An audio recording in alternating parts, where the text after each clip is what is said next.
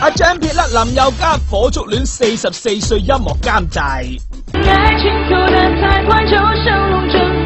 3年情走得快，有報道就話因為 Yoga 劈腿多次被踢爆啊！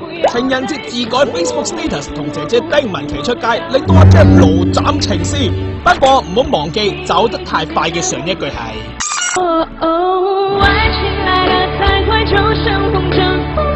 冇錯啊，走得快嚟得快，同 Yoga 分手冇耐，阿 Jam 已經被傳極速揾到新歡啦。